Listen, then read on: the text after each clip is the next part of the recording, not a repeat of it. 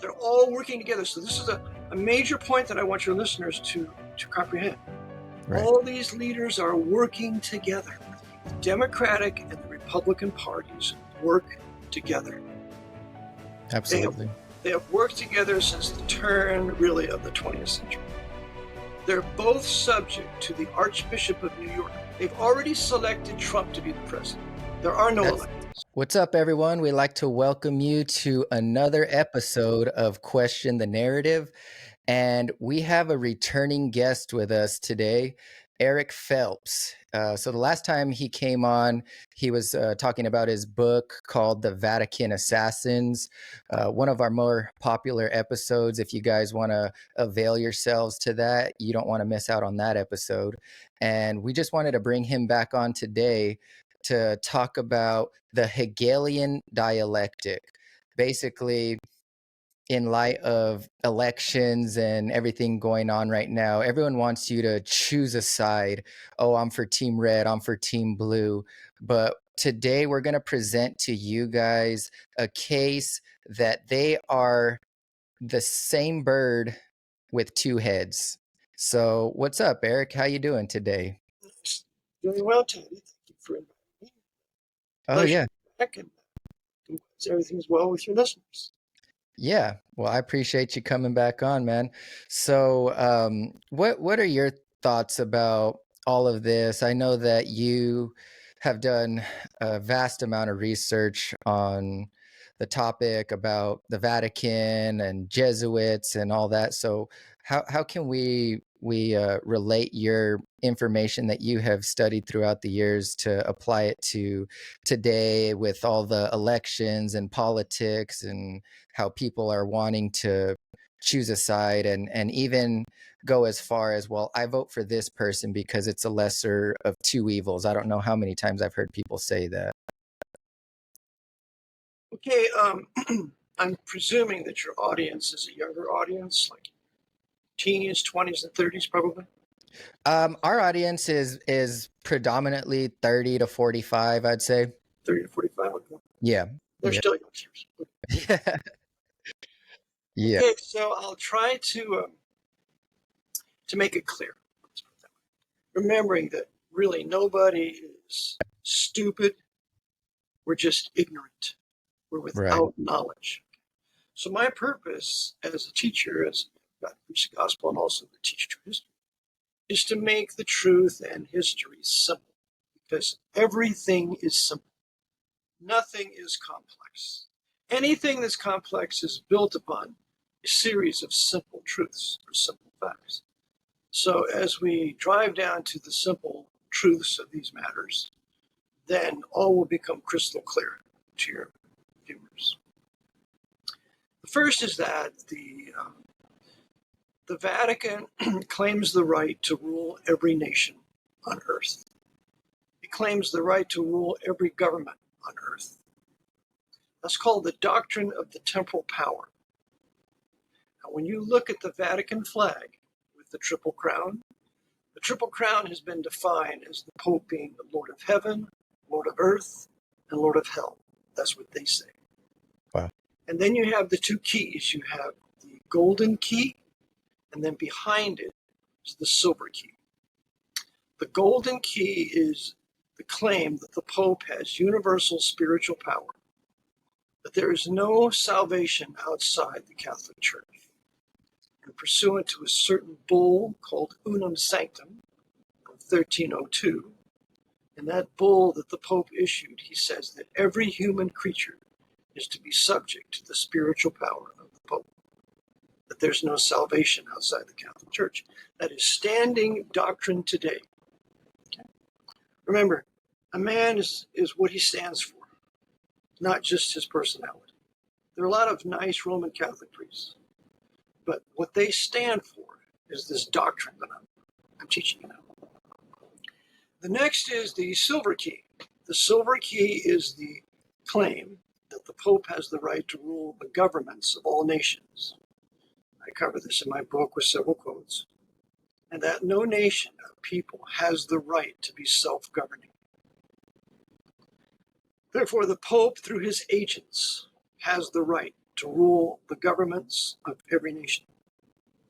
And in 1864, the Pope came out with what was called the Syllabus of Errors.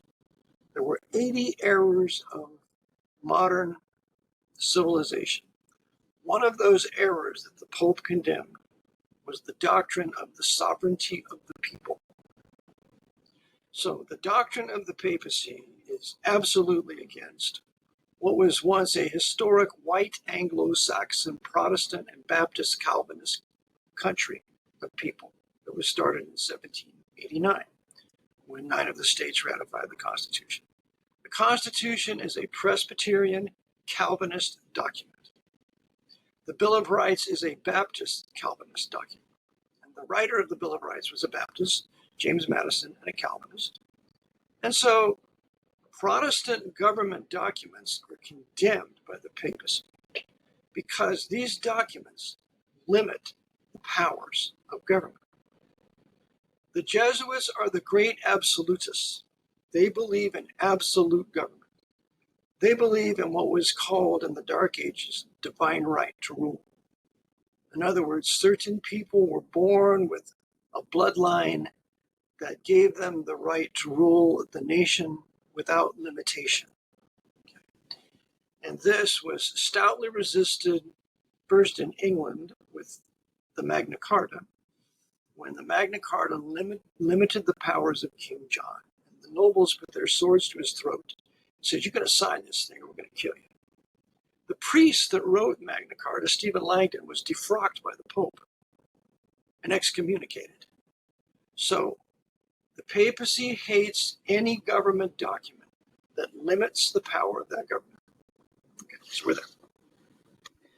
So the Constitution of the United States was set up so that there were 3 separate powers, 3 separate but equal powers. First, in Article 1 was the legislative. Second, in Article 2 was the executive, or the president. And third was the judicial, namely the Supreme Court. So we, the sovereign people, gave all of our legislative power to the Congress to pass laws. We gave all of our executive power to the executive and specifically said what he could do, what he couldn't do. And we gave all of our judicial power to the Supreme Court so that it would decide matters. So it was a wonderful system. It goes back to Isaiah where it says, "The Lord is our judge, the Lord is our lawgiver, the Lord is our king." 3 separate powers. So we separated those powers, and then men would be zealous for those powers whenever they were in those offices. Like the legislature is not going to be told by the president what to do, or the president is not going to be told by the Supreme Court what to do if he believes the Supreme Court decision is wrong. So it was a wonderful system of checks and balances that the Jesuits hated. So everybody, we're all good for that. Okay, so the papacy called the American Constitution a document of Satan.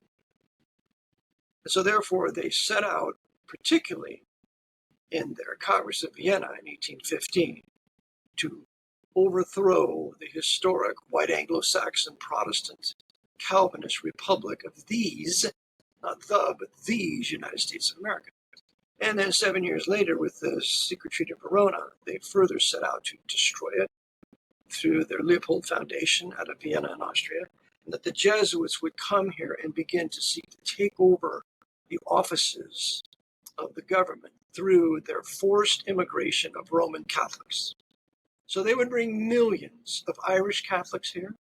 They would foment the potato famine, which was really not a potato famine. It was that evil Queen Victoria sending 8 boatloads a day of meats and vegetables to foreign ports, deliberately starving the Irish, killing approximately 1 million of them, so that they would flee to America, and then the Jesuits meeting them there would begin to rally their power and set them in places of political influence.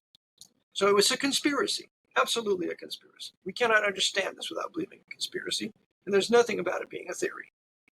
Right. What all these guys are believing, they're believing coincidence theory. They can't prove their coincidences. If you call me a conspiracy theorist, are you a coincidence theorist? Right. Okay, so the plot thickens and they cause the war between the states. They destroy the first republic of the United States and they established a second one. The first one was a federal republic. where only whites had federal citizenship. Blacks did not have citizenship, nor did Asians, nor did anybody else.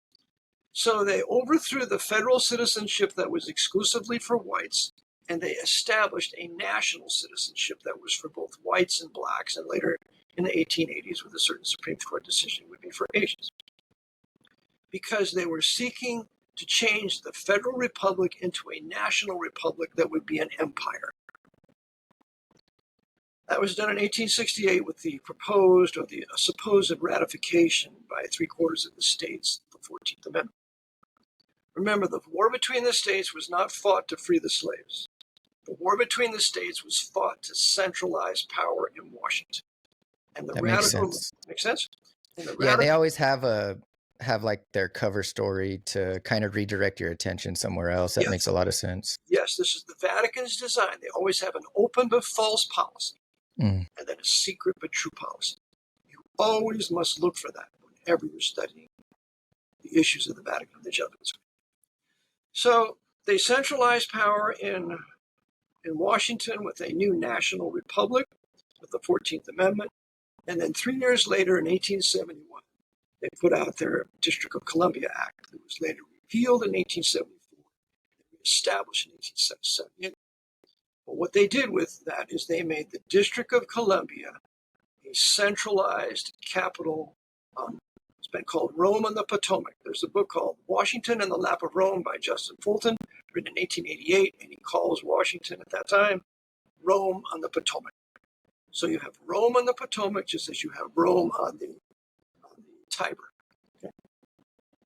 So the Jesuits' powerhouse in Washington was Georgetown University. yeah. The real capital, okay? The real capital of the United States is Georgetown University. Nothing goes down at the White House or in Congress or at the Supreme Court without the Jesuits of Georgetown, influenced by the Jesuits of Fordham, as to what is going to be done. So the Jesuits have been in control of District of Columbia since 1871. The Jesuits were involved, as you know, with the assassination of Lincoln. I prove in my book they assassinated 14 presidents. The most recent one was John F. Kennedy, which I devote my book to. And Right. so the Jesuits then control what I call in my book the Pope's Holy Roman, 14th Amendment, Socialist Communist, Corporate Fascist, American Empire. That's what it is. It's an empire. And it became an empire on March 9th, 1933, when we had the Great Depression. Then on March 6th of 1933, the president, FDR, who was a 32nd degree Scottish Rite Freemason and beholden to Jesuit Edmund Walsh of Georgetown University, he put out Proclamation 2039. It's important for your listeners to remember this. Proclamation 2039 on March 6, 1933, was FDR's proclamation whereby he invoked Trading with the Enemy Act and established an emergency war powers military government, as he said he would on the day of his inauguration on March 4th. I'm going to invoke war powers if Congress doesn't act. And that's what he did on Monday. So there's a 4-day banking holiday, Monday, Tuesday, Wednesday, Thursday, where all the banks are closed. So driving people to further desperation. See, this is a design of the Jesuits. They drive a population to desperation to get them, their representatives, to do what they want them to do. Right. That's being done now.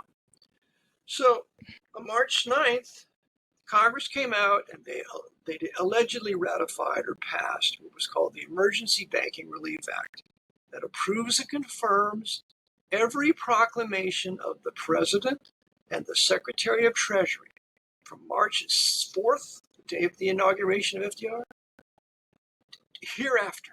Every last one of them is carte blanche approval of every single last proclamation any president will make, okay?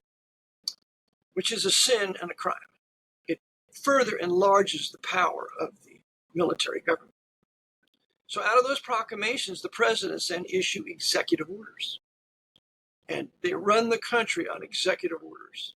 The Congress is there just for, a facade. Right. So on March 9th, they allegedly passed the Emergency Banking Relief Act, which they never did. And they just declared it to be passed. And then later on that evening, FDR comes out with Proclamation 2040. And in Proclamation 2040, he continues Proclamation 2039 indefinitely until the president would issue a termination proclamation. This is the remedy.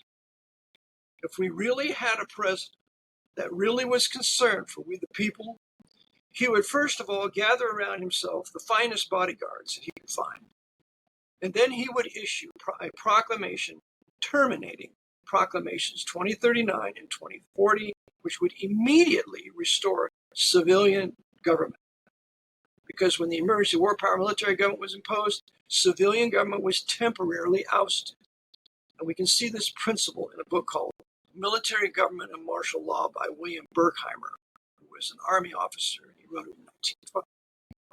So that's what they pulled on March 9th, 1933, converting the national republic into a national empire modeled after the Holy Roman Empire of Europe that existed for since Charlemagne, from 800 to destroyed Napoleon. So, because Napoleon said of it, he said it's an empire, nor is it Roman, neither is it holy. Right. Famous words of Napoleon. Okay, so Napoleon was the punisher of the Jesuits. Jesuits used Napoleon as their great avenger to punish all the Catholic kings of Europe that suppressed them, to destroy limited republics like Venice and the Netherlands. He was their great avenger, and we're never taught this. So, we have now the 14th Amendment, Holy Roman 14th Amendment, corporate fascist, socialist, communist American empire. Whereas then the Jesuits would engage in what I called in my book, the Second 30 Years' War. And this was from 1914 to 1945. This is where they would destroy every vestige of what was left of Protestant Germany. The 30 Years' War killed 10 million Germans, 1/3 of the population of the Germans. Many of them were Lutherans, having separated from the papacy. But the Second 30 Years' War, from 1914 to 45, which includes World War I, World War II, Right. Spanish Civil War, Bolshevik Revolution, all that's in the Second 30 Years' War. They will destroy the last remnant of Protestant Germany, and Prussia in 1946 will cease to exist. And Prussia was Lutheran. It was the most powerful nation on the continent. And because the ministers were departed from the Bible, Luther Bible, and they went along with this horrible forgery called On the Jews and Their Lies, which I just released a course on. They show how Luther never wrote on the Jews and their lies. Only the Jesuits wrote. The Jesuits had 3 primary forgeries. They had Mein Kampf, they had Protocols of the Learned Elders of Zion, and then they had On the Jews and Their Lies. So, the World War II, we must remember that there was no them and us. There was no Allied versus Axis. The leaders of the Allied powers were one with the Axis powers. I prove this in my book. So they worked together at the top. Joseph Stalin was a friend of Adolf Hitler and a friend of FDR. And Mussolini was a friend of Hitler. Mussolini tried to put him in power. He did put him in power. So they're all working together. They're all working together. So this is a major point that I want your listeners to comprehend. Right. All these leaders are working together. And the Jesuits are overseeing that, and they're enforcing it by way of their international intelligence community that all works together. Remember, the Nazis created Interpol, but Interpol's still with us. At the end of the war, the SS never surrendered. They went off into Russia. They came here, and Project Paperclip, and so on. But they all worked together. So the Cold War was a total hoax. And there was no possibility of airborne nuclear war because there's no such thing. There's only atomic detonations on ground. An airborne bomb had never been dropped before 1945. The Jesuits never tested that weapon. And because it's a military order of the Society of Jesus, they would never do such a thing. They knew that these devices could only be detonated on ground when these devices are in a certain harmonic relationship to the sun. And the classic book on this is called Harmonic 33 by Bruce Cathie, Cathie. He also wrote another great book called Harmonic 495. He was an officer in the Air Force of New Zealand, and it's a tremendous book. And you come away with the conclusion that airborne nuclear war just can't happen. So that means the whole Cold War was a hoax because it's based on an airborne nuclear war hoax. And why did they do this? Because they further centralized power in Washington, centralized power in Russia, centralized power in Germany, because many of the German people in office were nothing more than ex-Nazis put there by Konrad Adenauer, who was a Knight of Malta, and he was the brother-in-law of another Knight of Malta named John J. McCloy, who was head of Chase Manhattan Bank, and it was also on the Warren Committee, not finding out properly who did the shooting at JFK. So the conclusion I want your listeners to come to is that the Democratic and the Republican parties work together. Absolutely. They have worked together since the turn, really, of the 20th century. They're both subject to the Archbishop of New York. That's why they have the Al Smith dinner every year. And both candidates for the presidency had better attend. I just heard that Kamala Harris has refused to attend. Well, she was told not to attend because that would create more sympathy for Trump and the new right. The next point I want your listeners to grasp is that the whole purpose of this agitation, this is a great Jesuit agitation, is to drive primarily the whites of every stripe. I talk about race all the time. Mm-hmm. It's very important. It's key to our understanding. You don't talk about race, you'll never get the picture. And when they call you a racist for talking about race, they're the racists because they don't want to deal with it.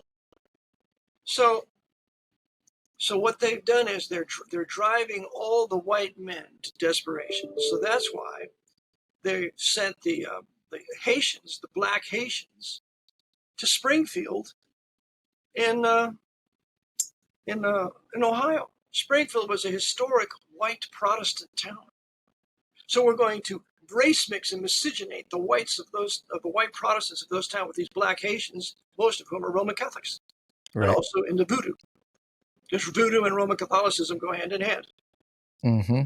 So now that's why they sent them there, and they sent the Somalians up to Minnesota. What's that? Minnesota was historically Lutheran, white and Lutheran. So we're going to send all these blacks from Haiti that are Roman Catholics into white Lutheran Minneapolis, Minnesota. We'll do the same thing by sending blacks into Tennessee. I think it's Nashville or one of their towns. They sent a whole bunch of foreign blacks there because it's historically white and Protestant. This is the Jesuit counter-reformation, because the Jesuits are seeking to destroy white Anglo-Saxon Protestant Baptist Reformation by their counter-reformation by any means necessary.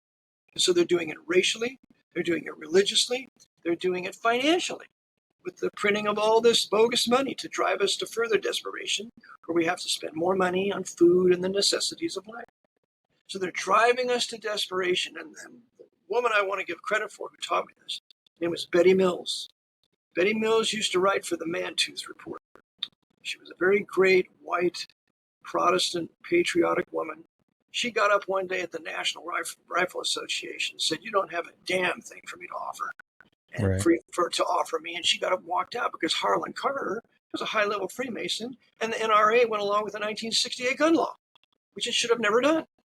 Okay, of course, Carter was a Freemason. So they're taking the quote-unquote conservatives and the liberals, quote-unquote, of both sides, quote-unquote, and driving them to desperation. So we're going to have these extremes of the quote-unquote, I call them the socialist communist Democrats. But the Republicans really are the socialist fascist Republicans, because both are socialists. Neither party is anti-socialist. Yeah. So that's why they brought that Roman Catholic Cortez and all her radical things there and her Islamic friends to do radical things to drive the whites into the new right. This is why Chuck Schumer and Donald Trump are friends. It's the high-level B'nai B'rith Freemason Chucky Schumer is a friend of Donald Trump. They're both out of New York because Yeah. Chuck Schumer, with his radicalness, is driving all the whites and the Republicans and others, and even white liberals, into the Republican Party, the new Republican Party, in the creation of the new right. Is this making sense to you? Yeah. Make sense? Yeah. It So, does. so we're being now. Recently, they brought these savage Venezuelans with their gangs into Chicago, and now the blacks of Chicago are realizing that these guys are savages, and they're going to go into a race war. It's going to go into a war. They've been warned about it. You can keep this out. We're going to burn Chicago down. This is exactly what the Jesuits want, because when they've already selected Trump to be the president. There are no That's elections. that's what I'm saying. Yeah. Everybody with me? Okay. Yeah. They've selected 100%. Trump. 100%. They've selected Trump to be the president, and the book you want to get on this to show we haven't had an election since 1960, really, or 64, is called Vote Scam. Vote Scam by Collier and Collier. We don't have elections. The No. news election service of all the networks, they tell you who wins when there's no way they could count all those votes. So that's what they're going to do. When Trump gets elected, after his inauguration, which will be on January 20th, that's when the order will be given to start going radical in the major cities, burning, pillaging, raping. You know what is going to happen. Civil war, blacks against the whites, whites against the blacks. When the whites and the blacks have been played for suckers to hate each other, not realizing it's the same papal white power structure that's working against both of us. And this is exactly what Malcolm X said. Malcolm X didn't say anything about the post-white power structure, but he did talk about the white power structure. And he said the Democratic Party was the most vicious, evil enemy of the blacks in this country. And he was absolutely right, for which reason he killed them. Yeah, didn't with Malcolm X, correct me if I'm wrong, but it's like he went down, he's like, "Well, who's paying me?" And then when he finally got down to it, he realized that it was the white people that were paying him to have this divide because of Yes, everything, and then he started speaking out against it, and then that's when yes, they that's right. outed him. That's Yeah. when they killed him. Remember, Malcolm X, he's the only black man I have any respect for during the Civil Rights Movement. I was raised during the Civil Rights Movement. We had riots in our high school because they forced the blacks to go to our high school, our white high school. And they didn't want to go there. And I don't blame them one bit. But it was an agitation deliberately incited by the leftist, socialist, communist, liberal Democrats to this ultimate end. It took them, 50 years to get here. But that's where they wanted to go. So here we are. And Malcolm X fingered him for it. Malcolm X went to a Nation of Islam meeting, and he saw the high leaders of the Ku Klux Klan. And remember, the Ku Klux Klan killed his father. They ran him over with a railroad car. Wow. His father was a Baptist minister. So he said, it looks to me like the Nation of Islam and the Ku Klux Klan have the same paymasters. That's what he said. And so that was the beginning of the end of Malcolm. So that's when, that's another story, but that was the beginning. He was assassinated at Audubon Ballroom. He had a right-hand man there working for the FBI, betraying him. He was betrayed by Cassius Clay, Muhammad Ali. He was betrayed by the head of the Nation of Islam at the time. He was totally betrayed and abandoned. He was viciously murdered by 5 blacks out of the New Jersey Lodge in Newark, New Jersey. And not one of them, well, I think a couple of them were blamed, but they really didn't do it. But the shooter who did the shooting, who they all knew who he was protected by the Roman Catholic governor of New Jersey. He was Irish. So I cover this somewhat in my book. So then the civil rights movement was totally caused by the Jesuits. Martin Lucifer King, that's what I called him, was a complete and total servant of the Jesuit order. Martin Lucifer King. He couldn't have cared less about his own black people. If he would have wanted to help them, he would have advocated we need a new nation somewhere in America where we can be black, we can have our own black police, our black land. King was right. He did say they never gave us any land after the war. So I show how God has established racial separation under nationhood. That forced miscegenation destroys any people. And that's what they're doing to us right now. It destroys the blacks as well as the whites. You lose your history, you lose your identity. And who are you? I just watched a short video this morning on Cassius Clay, a.k.a. Muhammad Ali, when he said, I want a wife and children look like me, be like me. It's a very famous interview where he was against race miscegenation, race mixing, and so on. But the call of the hour is forced integration. They're weakening both peoples and ultimately driving the whites to desperation into the new right. And that's where we're going to right now. So that brings us to Kamala Harris and Donald Trump. Right. Donald Trump is a personal friend of one of the 10 most powerful families, the Aldobrandinis. They're Italian. They are the giga quadrillionaires. The Rothschilds are kindergartners compared to the Aldobrandinis and the Orsinis and these others. Yeah, and no one has ever heard of those names. They always just put the Rothschilds out there, and Always the Rothschilds, just those Jewish Rothschilds. The Rothschilds are kindergartners. The Rothschilds managed a Jesuit fortune while they were suppressed from 1773 to 1914 or 1814. But after they came back to power, the Italian powerful noble families, and there are 10 of them. and you said they were. You said, what did you say? Quadrillionaires or giga quadrillionaires. what does that look like? Giga quadrillionaire. I don't know, something like 150 zeros. Wow. Yeah. See, they've amassed all the wealth and money into their hands. Mm-hmm. They control. They've separated all the gold. They've taken the gold from us. We say they sequestered the gold. They've taken it for themselves, and then they produce all the paper currencies, Right. whereby you can control everybody if they're on paper currency. And the book your listeners want to get to understand this simple matter is called A Caveat Against Injustice by the great Roger Sherman, one of the 5 signers of the Declaration of Independence, or authors of the Declaration of Independence. So paper money will... Go ahead. No, I was going to say, yeah. And it wasn't around like 1913 where they did the Federal Reserve Act or something like that. And then that's when they had the power to, print out this money. And that's why we're dealing with what we're dealing with right now, why we can't really plan for a retirement because of the inflation. Whereas before they knew how much they needed to live out the rest of their lives and they could save for it. But now, I mean, our monetary system is just all screwed up. Well, remember that the Federal Reserve Act was declared to be passed December 23rd, 1913. Mm-hmm. And there's a book you want to get. I got it when I was at Jekyll Island a couple of years ago called The Jackals of Jekyll. The Jackals of Jekyll. And it shows how they secretly went to Jekyll Island. And all the normal servants of the island were relieved, and they brought in their own, and they had their special meeting there where they wrote up the Federal Reserve Act. Nelson Aldrich was a key player for J.P. Morgan. J.P. Morgan was the white Gentile, a member of the Order of the Knights of St. Gregory, Order of St. Lazarus. He died in Rome in a $500 a day hotel, visiting his master, the Pope, in 1912.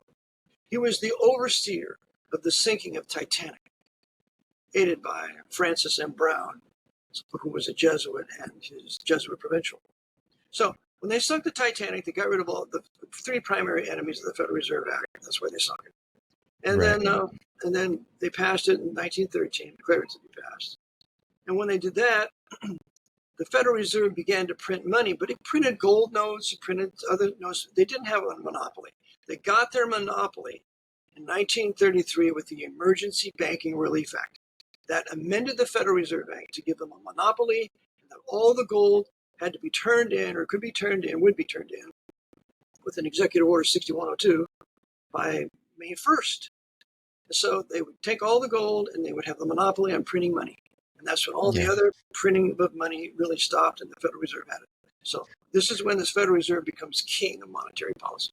Yeah, and really it's a scam too from what I've researched because it's all based on debt. Because even they can print a lot more than actually what they have in reserves, and so they could give out loans, correct, for about 10 times the amount of what they even have in the bank, and then they charge you interest on it. It's a complete scam. I teach a class on this, but I'll make it simple. Right. When they passed the Emergency Banking Relief Act, special trust accounts were established at the Treasury to be administered by the commercial banks. Every quote-unquote U.S. citizen, with all caps name, is an enemy belligerent, and his property is declared to be enemy property, and it's under the control of a trustee. It used to be the Trading with the Enemy Act's alien property custodian, and now it's the Secretary of Treasury. And so they have these special trust accounts whereby the banks, with your signature, can have that credit created and loaned to you off that special trust account that you don't have any right to until the end of the war, because we've been an emergency war powers military government since March 9, 1933, so it's going on 92 years. So you don't have any right to it, but they have a right to create credit off that. And so it's nothing but credit for credit, and so they enslave us to pay off their loans that they got from our accounts, when we should be able to write an equal instrument to discharge the debt, which can be done. But meanwhile, that's how they enslaved us all. So we're working to death, through 2-3 jobs, whatever, to pay off this debt they created out of thin air based upon our personal trust accounts. Yep. So that's part of what they've done. So we lose our identity. We don't sit down and ever talk anymore at the table. We've lost who we are, and part of this is because of this commercial slavery and a paper money system that the Pope controls, because it's the Pope's Federal Reserve Bank that he has certain upfront Jews running every now and then. But certain Knights of Malta that have been the head of the Federal Reserve New York Bank, and like William J. McDonough and Peter G. Peterson, both of them were Roman Catholic Knights of Malta, and they were not Jews. So this is another thing that the new right's going to do. They're going to blame the Jews for everything. Mm-hmm. The Jews will get blamed for everything. That's why they put a Jew the head of the Secretary of Treasury. So when things happen, why we can blame the Jews. It's going to be blame the Jews issue here in America, just like they blame the Jews in Germany. And so that the people would believe that the Jews really have all the power, and they're the ones that are doing it to us, when it's the Jesuit order and their secret societies. Many of them Jews of B'nai B'rith working for them, like Kissinger and others. Mm-hmm. But it's the Vatican and the ubiquitous Jesuit order, the military order of the Society of Jesus. We have 28 universities here. They're in all the major cities, just about. They're in 8 of the Federal Reserve Bank cities. So they run the politics, they run the CIA, they run the NSA, they run the FBI, they run the FSB, the SVR in Germany, they run British intelligence, they run the Mossad, they run Pakistani ISI, they run all the intelligence agencies through their control of the National Security Agency in Baltimore, Maryland, in a Roman Catholic town called Fort Meade, Baltimore, Maryland. Remember, General Meade of the Yankee Union Army at Gettysburg was a Roman Catholic. And Lee deliberately sacrificed his army at Gettysburg, which I show in my book. By the way, there's a book you want to get called The Court Martial of Robert E. Lee. I forget the author, but it's a novel. And it puts forth all these questions. Why did you do this? Why did you do that? Why did you order Pickett's charge and the guns of General Meade? To sacrifice his army. The leaders of the South deliberately lost, so that the Jesuits could make their empire with the 14th Amendment. So anyway, back to where we are today. Yeah, bring us back to, you had said about Trump and Kamala, and you were talking about how Trump is friends with this guy, and then you were talking about the quadrillionaires or the deca-quadrillionaires or whatever. He's a friend of the Aldebrandinis. Right. The Rothschilds intermarried with the Aldebrandinis. So you have these 10 royal families, they're all Gentile families, running the money systems of the world. The Pallavicinis, the Orsinis, the Albertinis, the Contis. I have it on my website, Assassins. But in controlling the money, they control the governments, they control the intelligence communities, they control the armies, they control the military of all these nations too. So what I maintain they're going to do is they've run the most horrible candidate for the Democratic Party they could possibly find, right, to ensure a Trump victory. And since there's no voting anyway, it will be believed that he was voted into office. Because remember, they created more sympathy for him with this fake shooting. He was never Yeah, I wanted you to talk about that a little bit too, of what your thoughts are, and I could share with you mine as well after. Yeah. I don't deny that someone was killed there. The guy was wounded, but Trump was never shot with an AR-15 .223 round bullet with the speed that it travels. If it would have nicked his ear, it would have done a whole lot more damage than that. And of course, there is no evidence of a scar or a scab or any of that. This was done to create sympathy for him so that now he's the Donald Trump, the great white hope Yeah, that is invincible. He can't be shot. he's God's guy. He's God's man for the moment, that's right. And Trump is a blasphemer. He doesn't believe the gospel. He doesn't believe the inspiration of the scriptures. His favorite minister was Norman Vincent Peale, who was a 33rd degree Freemason, an infidel, who worked with the head of the Nation of Islam, Louis Farrakhan, who's a high-level black Prince Albright Freemason. All of Mhm. them working together, creating suckers out of us. Yeah. So that's the thing with Trump. Um, Yeah, because if it did hit his ear, you would assume that it would have blew his ear partially off, oh, but of there's course, it's like his ear magically grew back and there's no there was. evidence like what you're saying. If you watch that video and you see he's facing this way, and all of a sudden there's a shot rings out, and he brings his hand up, and he looks at his hand, and there's no blood. Yeah. I guarantee you, if he'd have been shot, there'd have been blood everywhere because the ears are full of blood. Yeah. No I blood. think I think he had when he went down, he had probably one of those little squibs and just kind of like smashed it and made it Yes, look good for the photo op, you know what I mean? yes. So he can get out there and raise the fist and all this stuff like he's like Mussolini. Trump looks more like Mussolini than he does Hitler. If you ever look at Yeah. him, but Yeah. it was all an op. Absolutely right. Unfortunately, some people had to die or get terribly wounded. But see, that's nothing to them. That's No. just the cost of doing business. Yeah, So anyway, so they're making a superhero out of Trump, they are. and the more agitation they get against him by the Jesuits and the CIA running the radical left and the quote unquote left, the radical communists in these major cities, the more sympathy is created for him. Mhm. That's how. What wasn't there supposedly a second attempt, what they said, like at the golf course and Yeah. the CNN cameras were all there ready, somehow they knew about it, you know? Yeah. Another attempt to create more sympathy for him because now he's been attempted assassination twice and he's Yeah, managed to survive. Listen, when you're the president of the United States, nobody's getting next to you if you have real protection. yeah, Nobody. You cannot kill him. You got all the floors watched by the Secret Service. You got Army there.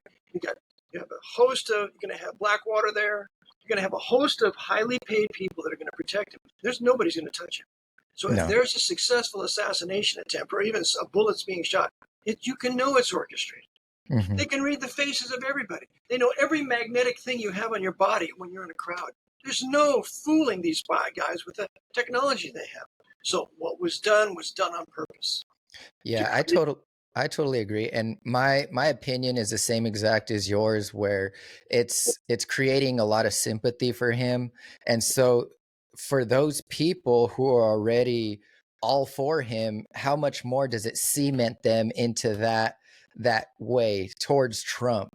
And that's right. even with him losing the quote election this last time, it drove people even further towards him as well and more desperate, like we need him back, and Right. they had like this horrible 4 years and they're like begging for him now, and so Right. I completely agree with you. And they've managed to get the radical leftist communists to go with him too.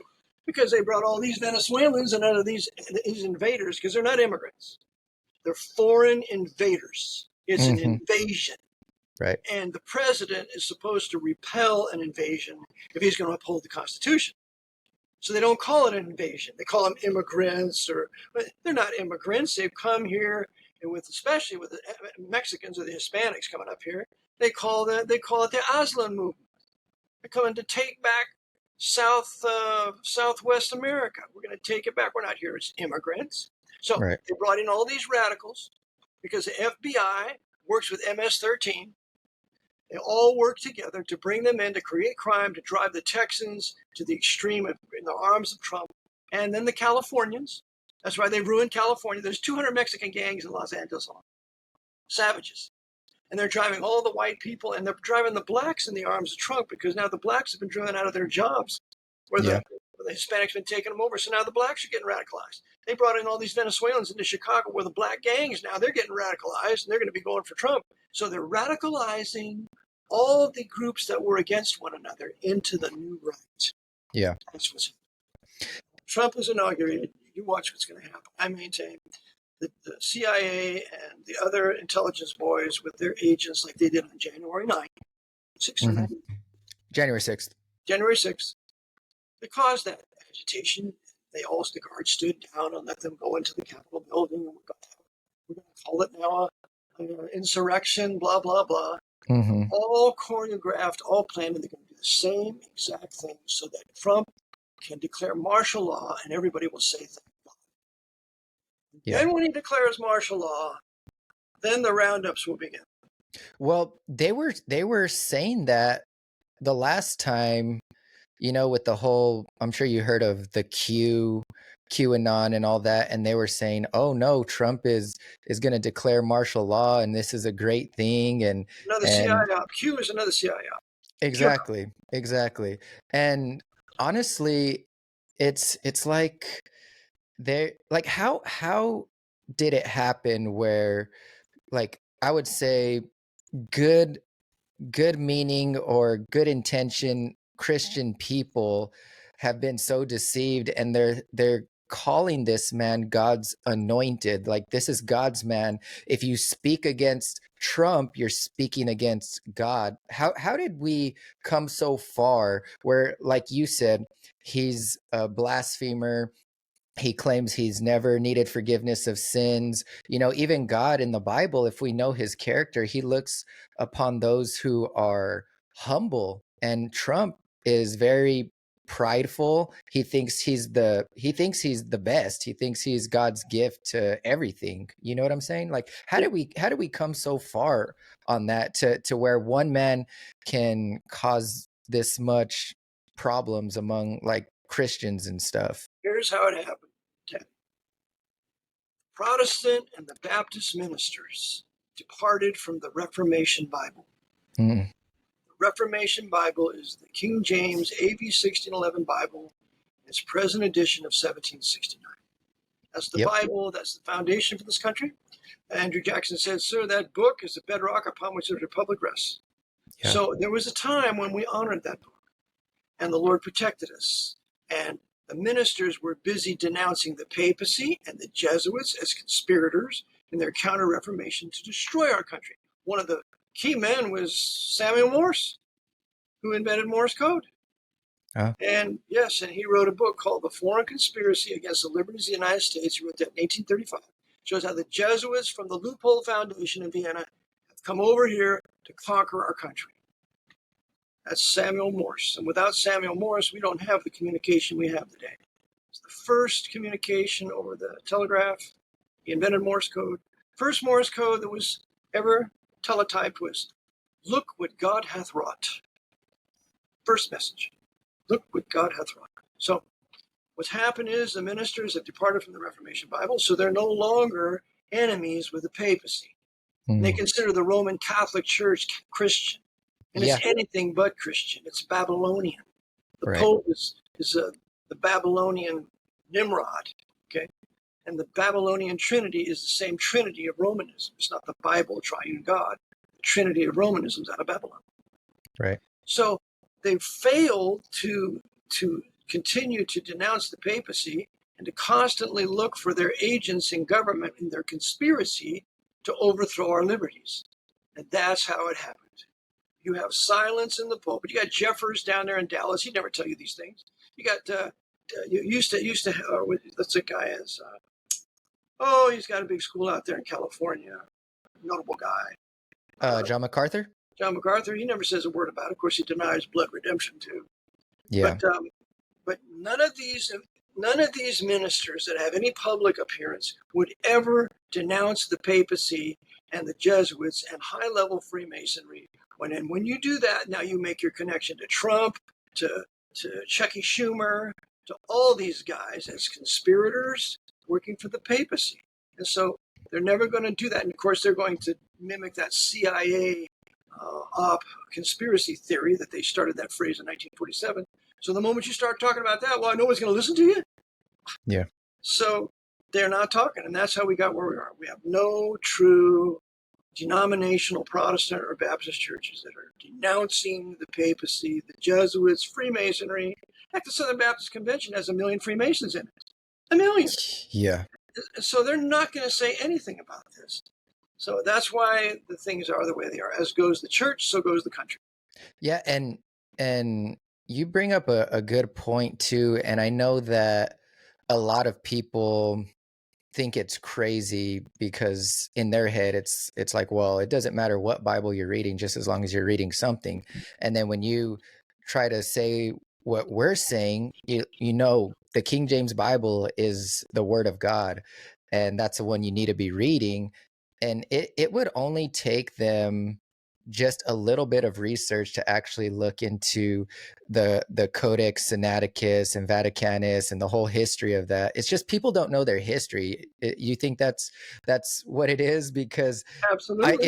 if you care just a little bit, you can see it's clear as day. Like it's not even a little bit confusing what you're saying. No, You see where they came from, you see the intention, and it's plain as day yeah, to me at least. absolutely is plain.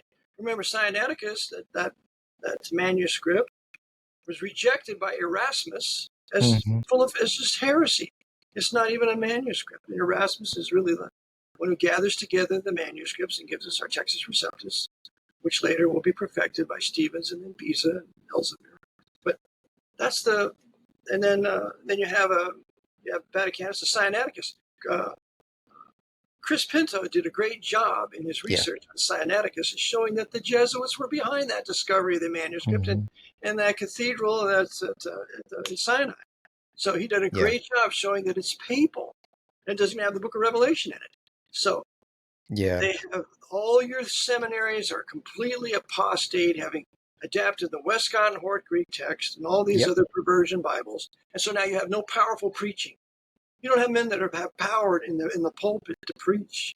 They're just teachers. They're just friends, and Yeah. there's nothing real. It's a club. It's a club. Yeah, and you bring up Chris Pinto. For anyone who hasn't heard, which I think this is what you're talking about, he had 3 documentaries on that. One was a Lamp in the Dark, Tears Among the Wheat, and then Bridge to Babylon. And if you guys watch all 3 of those documentaries, it's well worth your time. And he did some fantastic research, as like what you're saying, Eric. And he came out with this newest one right here. What's that? Let me see. American Jesuits. That's his newest one. I'm gonna have I to check that offered out. him. Oh man, it's great. You'll love it. He did a great job. I offered him, if you want to make a sequel, I'll be happy to help you. But it's wonderful. He did a really great job showing the power of the Jesuits and Hitler and all that stuff. So everybody needs a copy of that. Need to order. Yeah. Yeah, I have the other ones. I'm gonna have to check that one out. Okay. Yeah. So that's why we are where we're at today. There's no public denunciation of the papacy, the power of the Jesuits, their history from the preachers. And if the preachers aren't going to do it, the statesmen aren't going to do it. Hmm. Academics aren't going to do it. They'll get fired from their job and they're going to lose a job and they're going to have to sweep the street. So it has to start in the pulpits with a true repentance. Yeah, Reformation.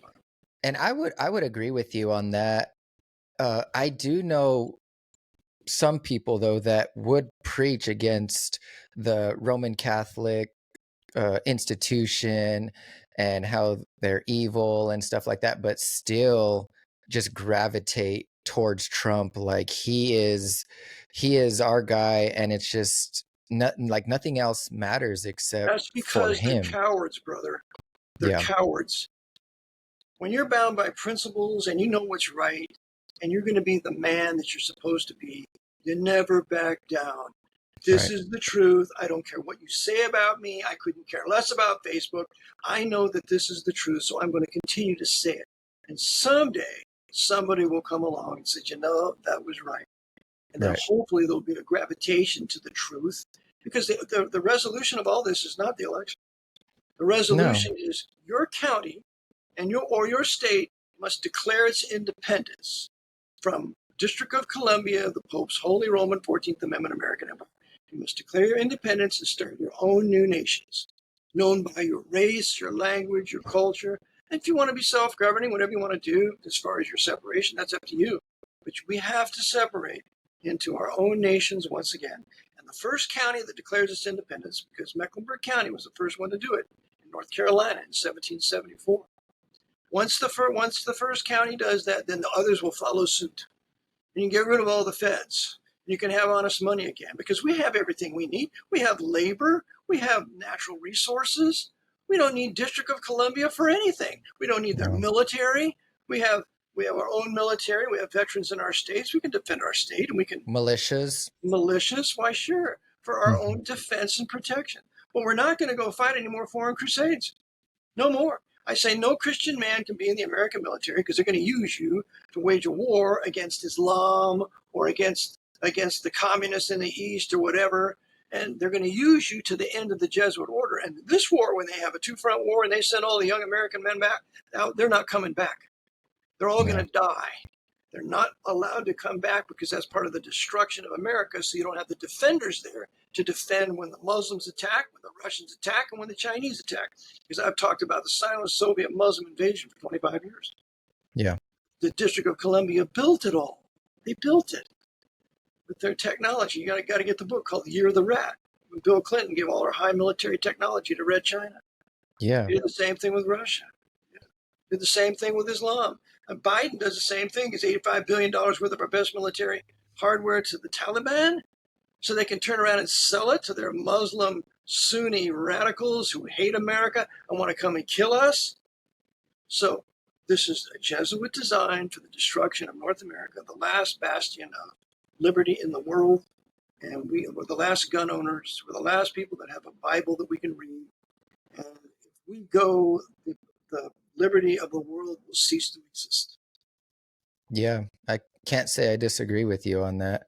So how I just gonna touch back on, just the whole concept of the Hegelian dialectic, which we're kind of talking about right now. How they're controlling both sides, really, and they how did they basically get you to choose a side? You know what I'm saying? Because you look at, if you're just a reasonable human being, like mostly you would go with, oh well, values and this and that, but then you got the other side who hates Trump, but they're using Trump for this division at the same time, so they're using both sides to ultimately uh, obtain their goal, their finished product. They You know what I'm saying? divided us racially, Right. first of all.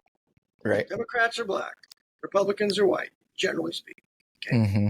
And so there are some black Republicans and there are some white Democrats, but that's the general, demographic of the two parties. Mm-hmm. Then they made the blacks and the Hispanics and others and the leftist liberal whites, they made them radicals, the radical socialists. And radical socialism doesn't produce any wealth.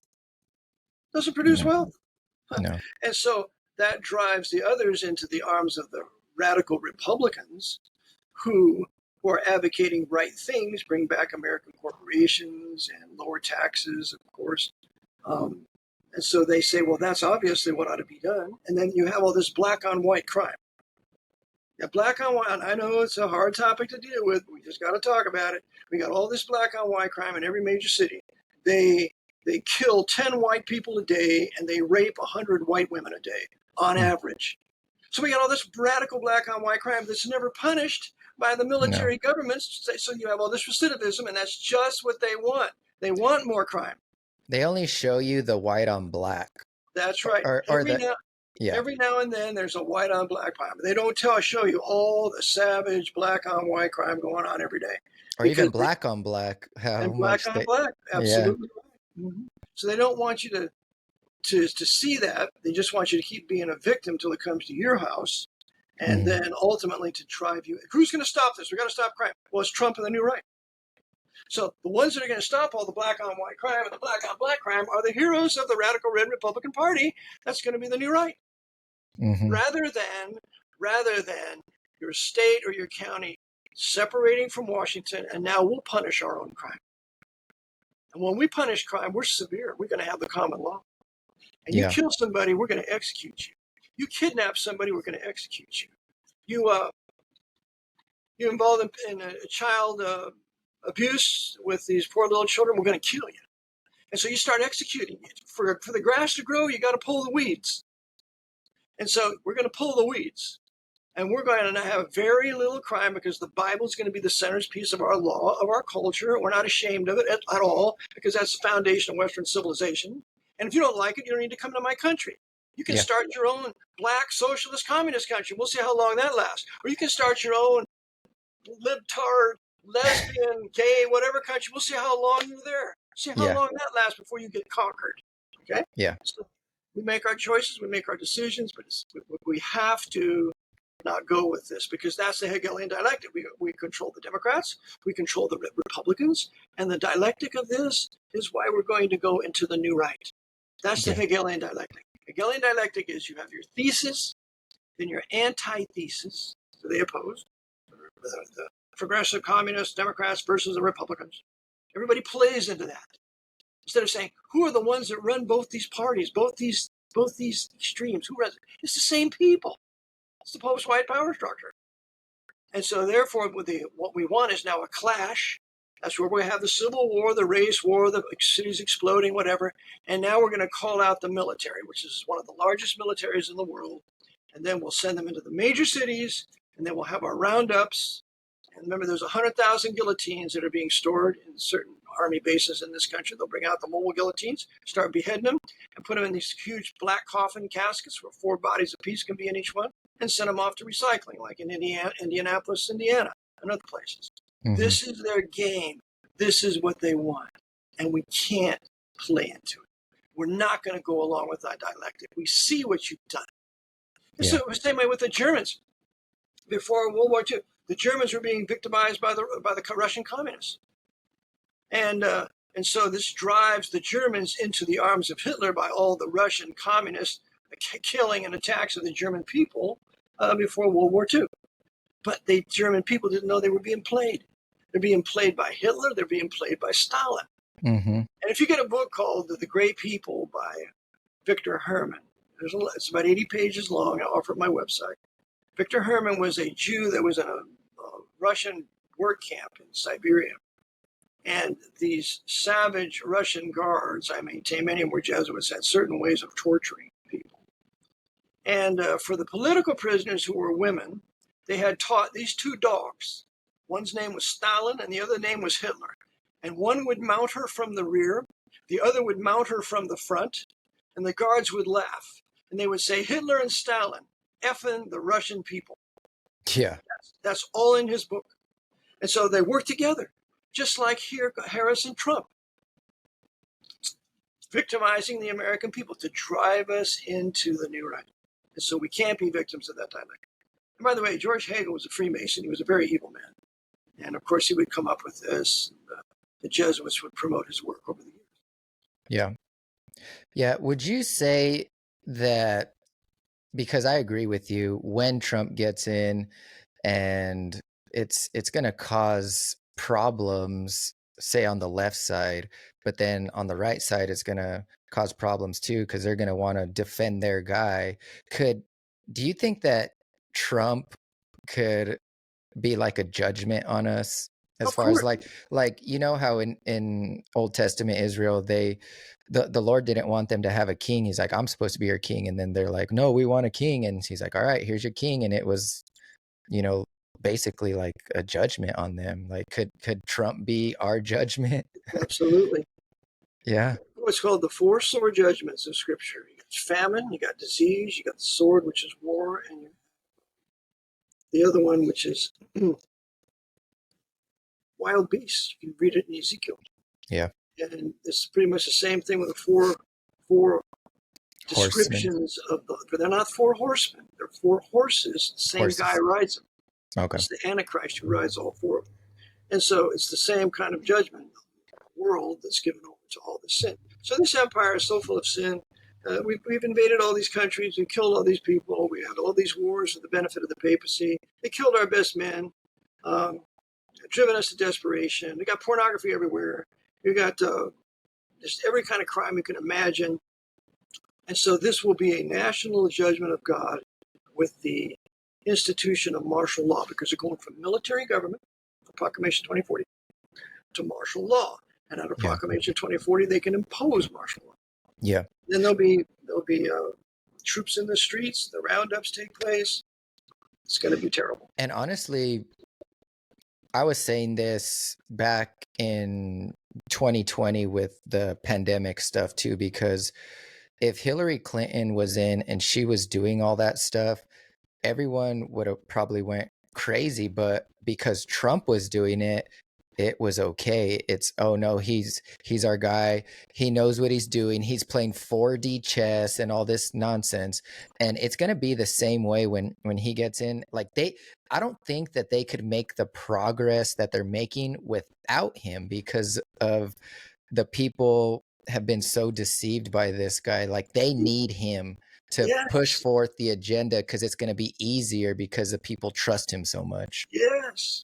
He's the guy they're looking for. Remember, they're repeating what they did in Germany. They're repeating it here, word for word.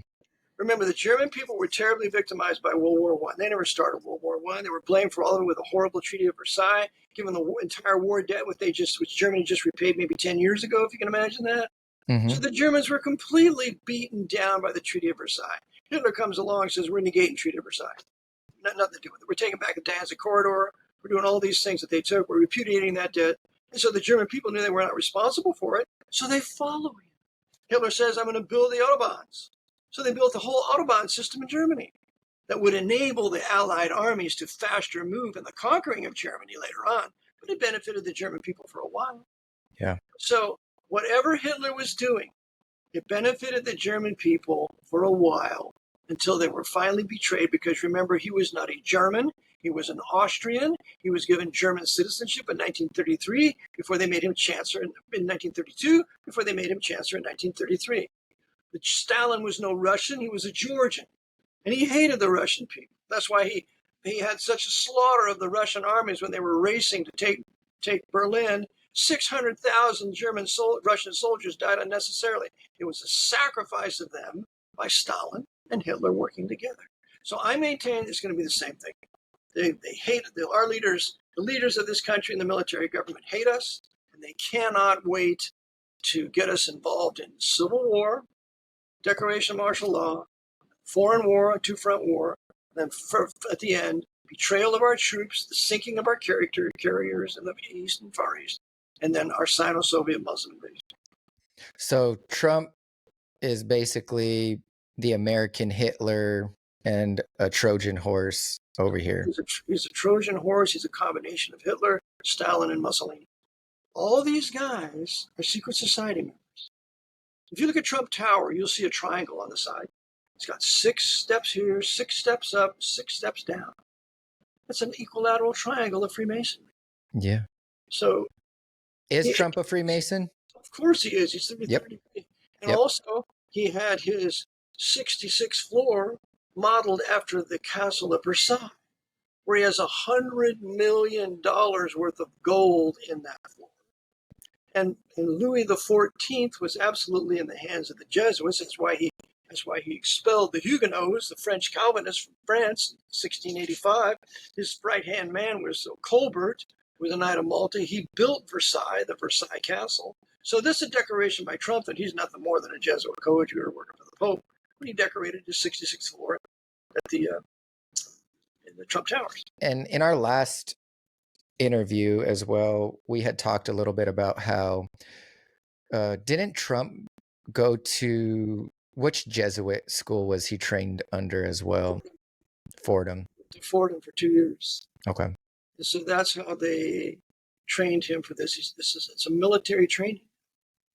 Also went to military school. Went to military school, trained by the Jesuits, went to Wharton School of Economics, so he's a master of economics, at least Keynesian.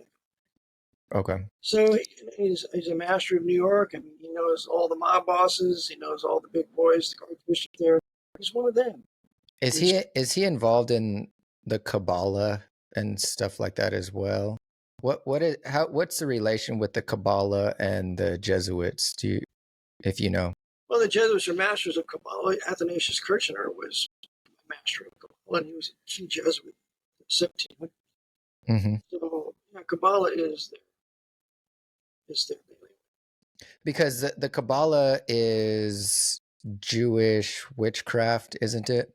They try to make it Jewish, but it's Masonic. Okay. These Masonic Jews put this together, but they're subject to the Jesuit order. Still, right. Still, remember, the Jesuits oversaw the writing of the protocols of the learned elders of Zion. The Jews did not write that. They did. We know that from the book titled Behind the Dictators by Leo Lehman, who was a Catholic priest, who was saved, came to know the Lord, and became an evangelist to the Catholics in New York. And he wrote his great work, Behind the Dictators. And he said the Jesuits are the authors of the protocols. Yeah. So even going along with that, there's a doctrine that is very popular today in Protestant churches, is the pre-tribulation rapture. And wasn't there a book written by some Jesuit, but he was pen named under some Jewish, like Ben Ezra or something? Yeah, something. Yeah. And his name was Kunza? Yeah, Emmanuel Lacunza. Emmanuel Lacunza. Well, I read both volumes. Okay. And I'll tell you what's in those volumes, because nobody's read it. They just talk about the pre-tribulation or rapture in that Jesuit. There's not a mention one of a pre-70th week of Daniel rapture of the church in that book. All he talks about is the coming great tribulation, which is literally going to happen if we read scripture literally, which we have to. Otherwise, what's to check the minds of men? So we read the prophecies literally. So there will be a pre-week coming, a 70th week of Daniel coming, then the second coming, which is Christ's second coming, which will first be the Jewish persecution of the Great Tribulation, then there'll be the second coming, then there'll be the millennial kingdom. That's all Lacunza writes about. That's all he writes about. By the way, he wrote this at a time when the Jesuits were suppressed. And after he wrote that, they found his body in a ditch in Trent, Italy. They killed him for that. So, no, this is not new doctrine. What he wrote there, that's not new. And I have a book on dispensationalism that shows you dispensationalism goes all the way back to the first century. It did not start with John Nelson Darby. It's nothing new. So there is a future 70th week of Daniel yet to come. Before that, I don't call it the rapture. I call it the appearing, which is the scripture calls it the appearing. The blessed hope of Titus 2:13. And then the appearing takes place. We're translated out. And then the man of sin, the final Pope of Rome, will sign the covenant with many nations for 7 years. And in the midst of the week, he's killed. He's brought back to life. Satan possesses him, and he becomes the Antichrist for 32 months. So that's absolutely what's going to happen. Scripture. Because the papacy is the holding place for the Antichrist. Every pope is an Antichrist. Right. The papacy is not the Antichrist. That's, as much as I respect and love John Wycliffe for what he did, that's his doctrine. That's not a biblical doctrine. That's the doctrine of Wycliffe, that the papacy is the Antichrist. Not true. The Antichrist is a man. He has a number. He has 666. It's the number of a man. The Antichrist is a beast. So anyway, that's what I maintain is going to happen. I recommend The Coming Prince by Sir Robert Anderson. It's the classic work on the 70 weeks. And then Alva J. McLean wrote his short handbook on it called The Prophecy of the 70 Weeks. You can get that from the Friends of Israel. It's like $8. So it's a wonderful explanation of it. But the Jesuits, they have their rapture theory, which takes your attention away from the Pope. So there is Jesuit futurism and there's biblical futurism. Biblical futurism does not take your attention away from the Pope, because in Revelation 17, there's 7 kings, 5 have fallen, one is, and one is yet to come. Those are all Caesars. Those are all Roman Caesars, and the Pope is the Caesar during this time of when the papacy has gone underground, the Roman Empire has gone underground under the guise of the papacy.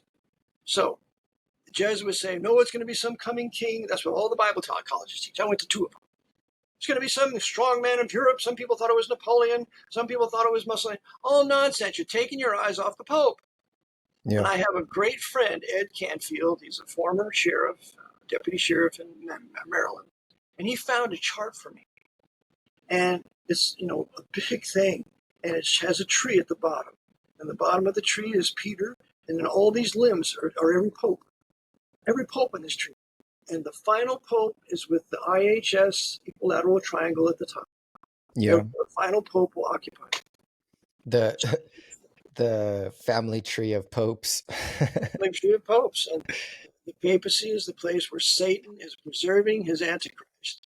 Every pope can be an antichrist if the Lord would appear for the church.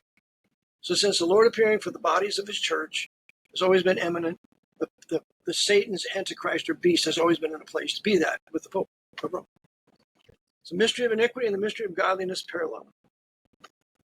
Okay. So do you have any final thoughts on this topic here? What do we have to look forward to after, like you said, Donald Trump gets in? What should we be preparing for as followers of Christ and just a people? What we should prepare for is he's going to impose martial law. And most people will welcome it. We can't welcome it.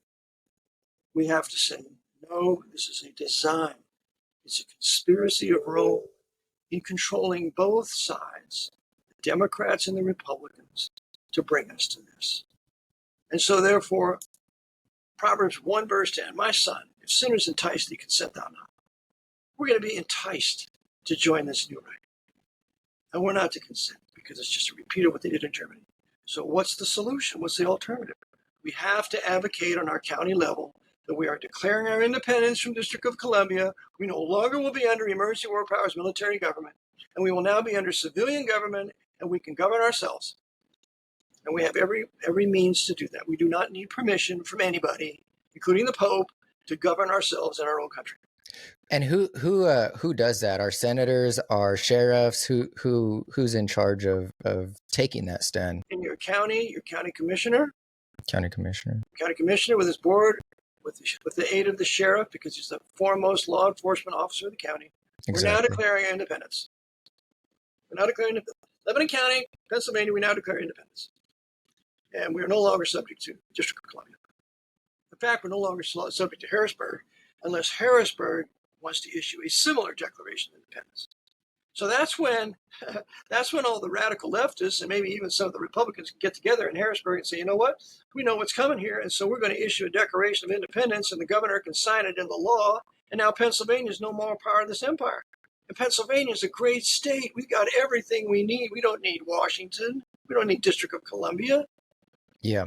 So I don't think any of us really do. They serve really no purpose to us. You know what I'm saying? Except to pillage and destroy us and to tax us to death and to send our people that die in wars that are for the benefit of the Pope. All they do is hurt us. We don't want to be hurt by them anymore. And the one who runs District of Columbia, the Jesuits of Georgetown. So they got to go too. So when your state declares its independence, all the Jesuits are out and the Masonic lodges are closed. And that's exactly what Tsar Alexander I did in 1820. He kicked all the Jesuits out of Russia. And in 1822, he shut down all the Masonic lodges. And then he was assassinated in 1825. But at least he did the right thing for the Russian people. Yep. Every Russian ought to have a picture of Tsar Alexander I in their home. Yeah. Do you think, or what do you think needs to be done, or is it possible for people to come out of their cognitive dissonance as far as trusting in one particular candidate rather than saying, nah, screw all them over there. We got it going.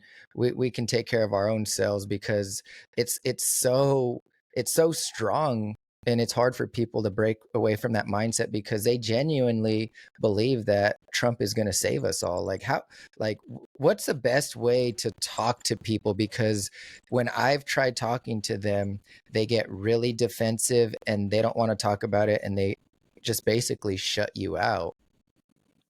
I was preaching in a Church of God, invited by the preacher there several years ago, during the Reagan administration. And I said, Ronald Reagan is a traitor. He's not for us.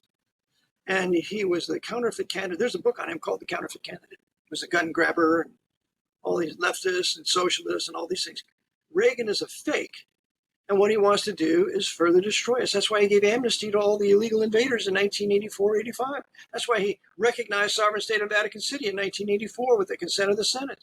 That's why they made him a Knight of Malta at a big service in 1989 with J. Peter Grace there. He was an absolute traitor. And if you want to see his terrible life, you need to get the book Formation of America by Kathy O'Brien. Tremendous book that exposes him. So when you start, Reagan is the one that came up with Make America Great Again. That's not with Trump. Yeah. Hey, I don't want to get too much off a topic, but isn't Kathy O'Brien the one that wrote a book about Bill Clinton and like she got raped and all kinds of stuff? It's called Formation of America. That's the book. I went to see her about 6-8 months ago in Michigan. Lovely woman. Had a bodyguard for her and all that, but she did a wonderful thing when she came out and wrote that book. Yeah. Sorry, I didn't mean to interrupt. You can continue. That's all right. That's fine. That's good. Oh, and then there's another book that she and Mark Phillips wrote called National Security. But that's after the Transformation of America is just, everybody needs to read. Right. So it shows you that we're Rome. There's a book called Are We Rome? I have it right up here on my shelf. So it's time that we no longer be a Roman citizen. It's time that we become a citizen of our sovereign nation state once we declare our independence from the District of Columbia. Yeah. They say, well, all these weapons are going to kill you. So what? Maybe they will, maybe they won't. Maybe God might protect you. Maybe think about that. Maybe God might start killing some of those people. Maybe he might start setting their munitions on fire. They bought over $2 billion, 2 billion hollow point rounds that are illegal in war because they tear a hole in you when they're exiting. They're illegal in war. What's the government got to do with 2 billion hollow points? 40 caliber, I believe. What are they doing with that? They're getting ready to use it on us. That's why. With the Civil War. So we need to see what's coming, what's being planned. I pretty well prove it in my book, but others have done a great job too. And we need to get together. Preachers need to repent. Preachers need to start exposing the papacy and returning to the Reformation Bible. And then politically, we have to declare our independence and separate. Be not a partaker of other men's sins. We're not going to be a partaker of the sins of District of Columbia anymore. We have our own nation, our own people. Yeah, that's a great closing statement right there. And I would just also say that we shouldn't fear what men can do to us. We just continually put our trust in God, not to trust in men, not to trust in a candidate that's going to save us. Because if you put your trust in man, it's a snare. The Bible literally says that it's a snare. So that would be my advice to all the listeners as well, is don't trust in Trump, don't trust in Kamala or any politician to save you, because they're not, and they can't. Very good, my brother.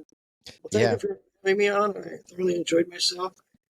Yes. You too. I enjoyed all the things you added. Yeah. Thanks for coming on, and hopefully we can have you on again whenever you're available. And God bless you. Okay, God bless you too, Tim.